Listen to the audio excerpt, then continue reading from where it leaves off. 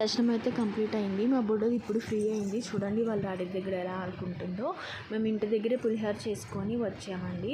అది తిందామని మంచి ప్లేస్ అయితే చూసుకున్నాము. మేము పులిహోర తింటున్నాం. మా అమ్మమ్మ మా బుడ్డదని చూడండి ఎలా ఆడిస్తుందో. 2 చెవుల్లో 2 పూలు పెట్టేసి చాలా క్యూట్గా ఉంది కదా.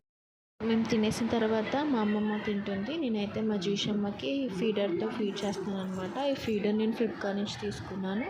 చాలా యూస్ఫుల్ అయ్యింది. చాలా కంఫర్ట్గా ఉంది జీషమ్మకి పెట్టడానికి అయితే.